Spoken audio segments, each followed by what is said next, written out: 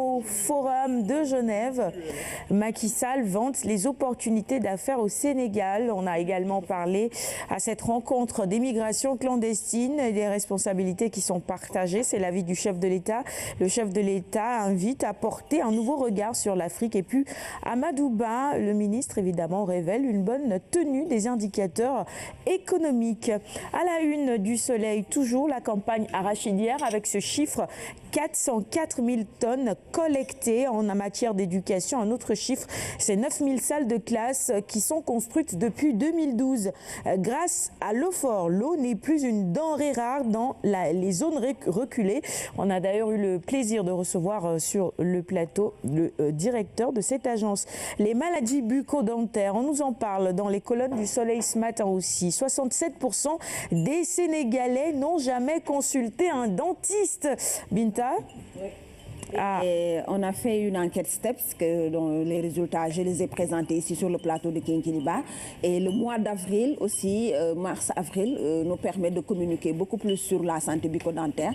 Mais les Sénégalais ne vont consulter que quand il y a une rage de dents. C'est que les dentistes font peur aussi. Quand ça s'est passé la nuit et que le lendemain au petit matin ça s'estompe, plus de consultation. Donc ce qui fait qu'on a plus d'arracheurs de dents. Oui, c'est vrai. Non, c'est vrai. Hein? C'est vrai, on attend le dernier moment, je suis d'accord. Hein. Oui. Mais est-ce que ce n'est pas aussi les prix? Non, dans nos structures sanitaires, les prix qui sont pratiqués ne sont... Et quand on va arracher une dent, c'est d'abord un traitement pour la dent avant de l'arracher. Ensuite, quand on l'arrache, on a un vide qu'on doit combler. C'est encore plus cher. La maintenance coûte moins cher que vraiment la réparation. Tafa, elle t'a emprunté... passe par le brossage des dents. Quelques mots ce matin. Mais les dentistes font peur. Ah, c'est parce que vous y allez quand vous avez très mal. Les dentistes, c'est les appareils là qui nous font un peu peur. Allez, on va poursuivre pour terminer à la une du Soleil ce matin avec l'évaluation du FESNAC 2016.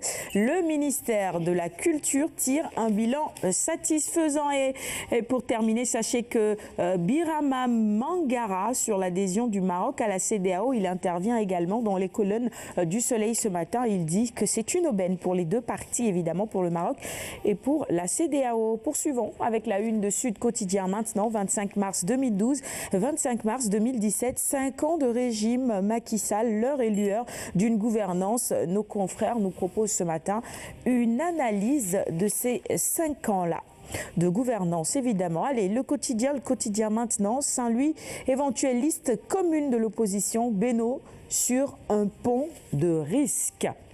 La une du quotidien La Tribune qui s'intéresse ce matin à la reddition des comptes.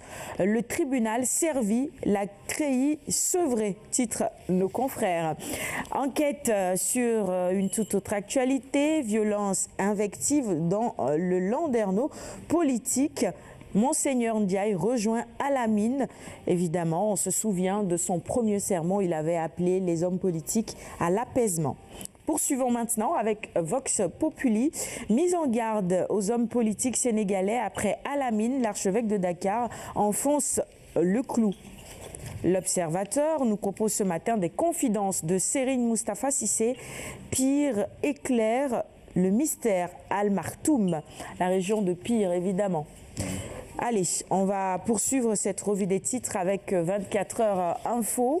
Plainte contre X auprès du procureur Touba TV, la télé qui nous rassemble. Qui en veut à Touba TV?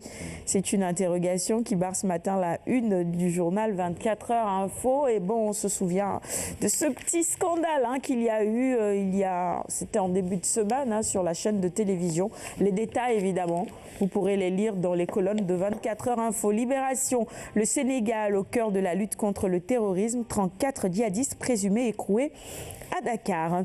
Les quotidiens spécialisés en sport avec Vox Sport pour démarrer. Après la déroute des Lions à Bamako, Stéphane Dumas cède le banc à Dame Diouf. On change de sélectionneur.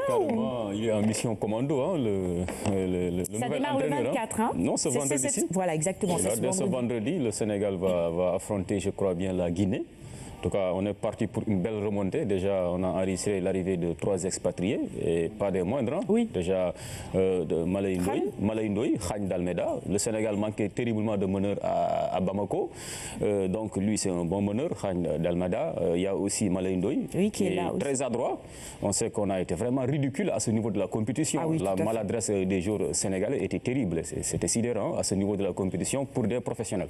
Donc, il y a espoir. L'essentiel pour le Sénégal, c'est de battre seulement ces 3 adversaires et de se qualifier. On croise les doigts pour la remontada. L'écart de points, il faut juste battre ces 3 adversaires et puis avoir notre ticket pour l'Afrobasket. Et ne pas compter sur une éventuelle invitation.